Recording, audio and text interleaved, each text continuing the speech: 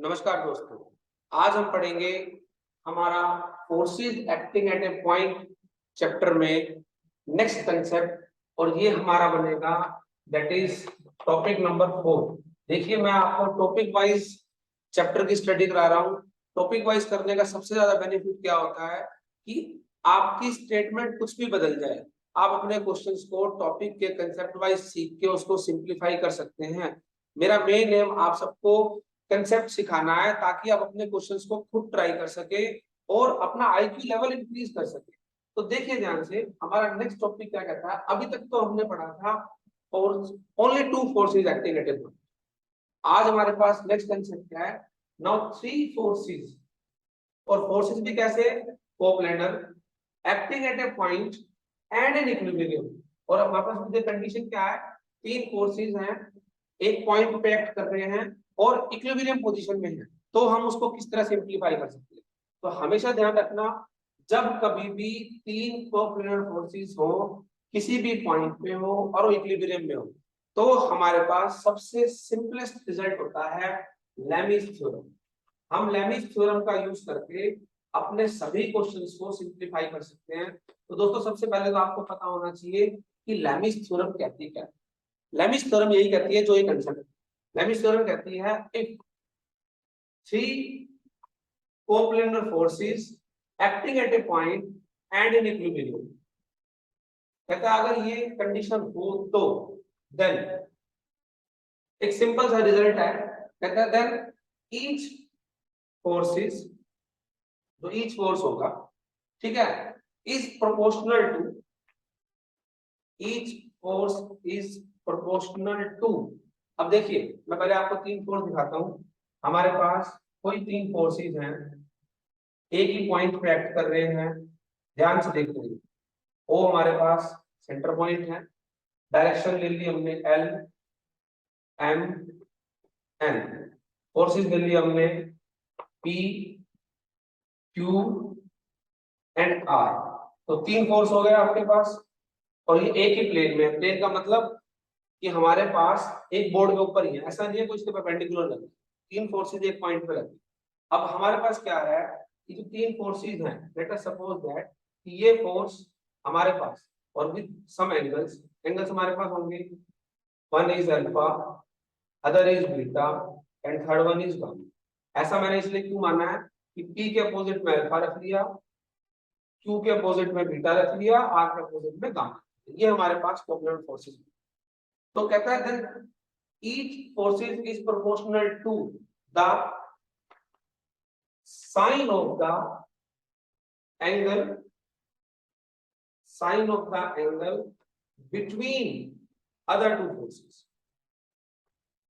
other two forces। यानी कि अब मुझे शो क्या करना है, बेसिकली लेमिस थ्योरम का रिजल्ट कहता है कि पहला फोर्स P है, अपोजिट एंगल अल्फा है, तो P by sin alpha is equal to, अगला फोर्स Q है, Q बाय अपोजिट एंगल है sin बीटा, अगला फोर्स R है, अपोजिट एंगल है गामा, तो साइन।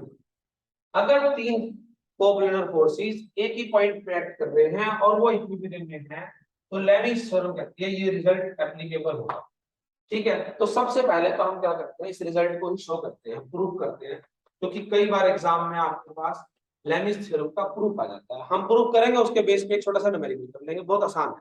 देखिए कैसे, ये हमारे पास हमने एक बेस कंस्ट्रक्ट कर लिया कि O L O M O N direction में तीन फोर्स ले लिए, पी क्यू आर, तीनों कोप्लेनर में है, making an angle alpha beta gamma with opposite directions and in equilibrium with the condition क्या है, इक्विलिब्रियम में। ठीक है, तो हमारे पास अब देखिए हमें ये रिजल्ट शो करना है। तो हम क्या करते हैं, इसके पैरेलल ही बिल्कुल हम क्या करते हैं, एक ट्रायंगल ड्रॉ कर लेते हैं। देखिए ध्यान से, इन्हीं तीन फोर्सेस को लेके हमने एक ट्रायंगल ड्रॉ किया। पहला फोर्स ये ले लिया, दूसरा फोर्स OM के पैरेलल OM ले लिया, तीसरा फोर्स हमने ये ले लिया। अब ध्यान से देखिए इनके एंगल क्या बने। पहला फोर्स है वो इसके साथ क्या एंगल बना रहा है, बीटा, तो ये बीटा एंगल हो गया, डजंट मैटर। तो अगर ये बीटा हो गया तो अंदर वाला क्या हो गया, पाई माइनस बीटा। सभी को पता 180 डिग्री एंगल होता है, इज इट फाइन। अब देखिए ये वाला एंगल और ये, इन दो में क्या एंगल है, गामा। ये गामा है, अंदर वाला एंगल क्या बन जाएगा, pi minus gamma.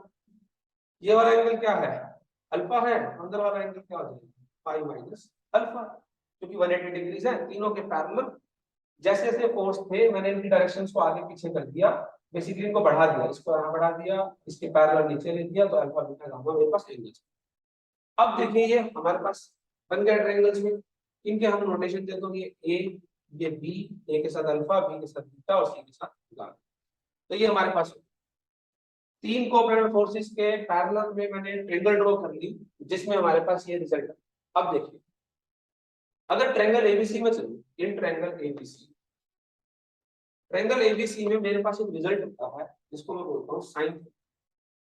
Sign formula क्या करता है, सभी को पता होगा, साइन फॉर्मूला करता है जैसे ये वाली साइड ली divide by sine of this angle, ये वाली साइड ली divide by sine of this angle, ये वाली साइड ली divide by sine of this. तो साइन फॉर्मूला लगाना, बाय साइन फॉर्मूला पहली side divide by sine of opposite angles, क्या बन जाएगा, पाई माइनस एल। अगली साइड ले लो आप, C A divide by opposite angle sine of pi minus beta, ये है तो ये हो जाएगा। नेक्स्ट ले लिया हमने ए बी, ए बी में क्या हो गया अपोजिट, पाई माइनस साइन, ये हो गया रिजल्ट। थोड़ा साफ लिख देते हैं समझने में आसानी होगी। मेरे ख्याल से ये सभी को आता होगा, नहीं आता हो तो देख लीजिए। देखिए ये मैं यहाँ लिखा हूँ, अगर मेरे पास ए बी सी हो तो मैं लिखता हूँ सीधा सीधा B C by sine A, next A C by sine B, next A B by sine C. ये साइन ए फॉर्मूला होता है 11th क्लास में आपने पढ़ा, इसी के बेस पे ही मैंने इसको लिख दिया।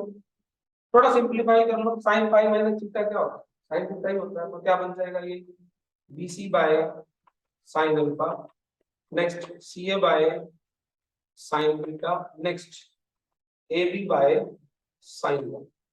तो मेरे पास ये तीन रिजल्ट हो गए, तो ये रिजल्ट आ गया, इसको मैंने क्वेश्चन नंबर 1 रखा। अब देखिए सेकंड रिजल्ट क्या है। नाउ जब आपके पास इक्विलिब्रियम में हो, तीन कोऑपरेटिव फोर्सेस एक ही पॉइंट पे एक्ट कर रहे हो, तो हमारे पास, मैं इसको इरेज कर देता हूँ यहाँ पे क्योंकि ये सिर्फ समझाने के लिए था आपके पास, ठीक है। तो देखिए जब हमारे पास, अब हमारे पास कोई और रिजल्ट नहीं, एक रिजल्ट को ध्यान से रखिए, दूसरा रिजल्ट क्या कहता है, उसको बोलते हैं हम by converse triangle law of forces. अब ट्रायंगल लॉ ऑफ फोर्सेस आपको पता होना चाहिए, जब भी तो आप कन्वर्स लगाओगे। तो देखिए ट्रायंगल लॉ ऑफ फोर्सेस क्या होता है, अगर तीन फोर्सेस एक्ट कर रहे हैं किसी ट्रायंगल के वे पे, तो जो डायगोनल होगा वो उनका रिजल्टेंट होगा। ए जो आपने पढ़ रखा है सभी ने ट्रायंगल लॉ ऑफ फोर्सेस, जो का पैरेललोग्राम लॉ ऑफ फोर्सेस बन जाता है A B plus B C, diagonal जाएंगे तो ए सी हो जाएगा, क्योंकि वो एक ही प्लेन में होती है।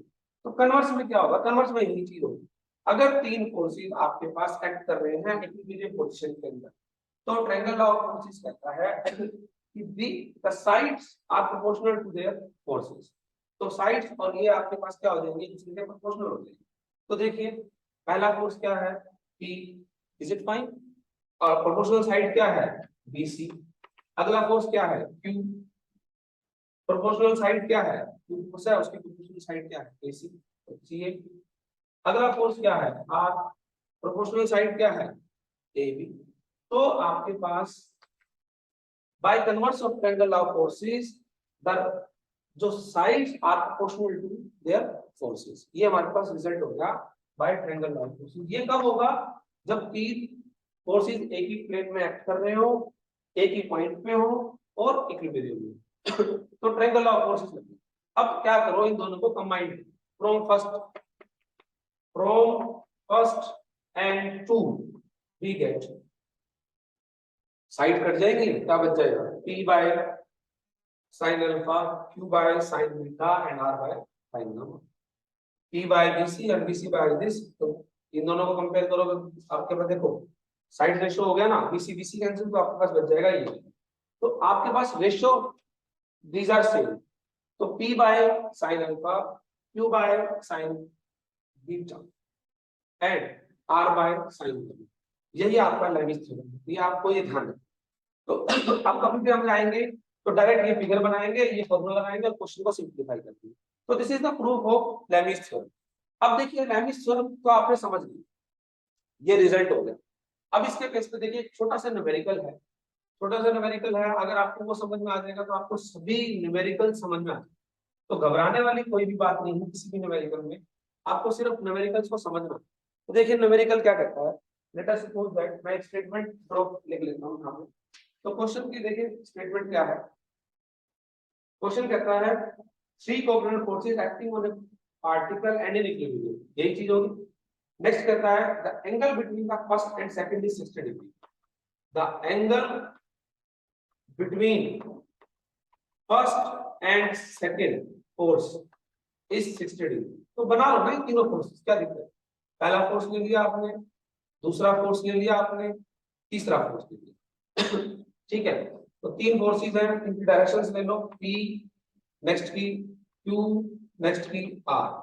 पहला और दूसरे में एंगल कितना है 60 डिग्री, लिखने के लिए लिख दिया बस। 60 डिग्री वैसे ऐसे बनेगा नहीं, तो 60 डिग्री कैसे बनेगा आपका, 60 डिग्री जैसे बनेगा वैसे बनाना।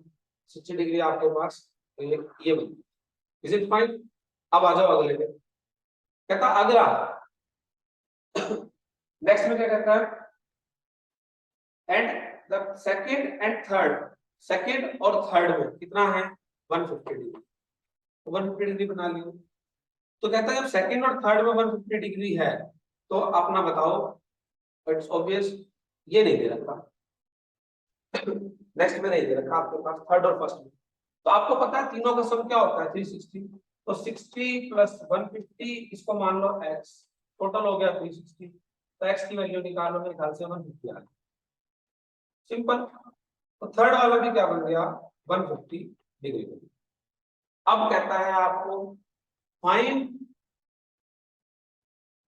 The ratio of the magnitude of the forces, find the ratio of the magnitude of forces, ये रे ना मैग्नीट्यूड ऑफ फोर्सेस का रेशियो पूछा हुआ है बस आपसे, निकाल लो, निकालो सीधा लिखो, by Lami's theorem three forces acting at a point and are in equilibrium, तो डायरेक्ट लग गया लैमिस थ्योरम। तो P by sin alpha opposite, ये अल्फा है ये बीटा है ये गामा, तो P by sin 150 degree, Q by sin 150 degree and R by sin 60 degree. इन सबकी वैल्यू सब्स्टिट्यूट कर दो, सबकी वैल्यू क्या बनेगी sin 150 sin 180 माइनस 30 यानी कि 1/2 Q अगेन 1/2 एंड sin 60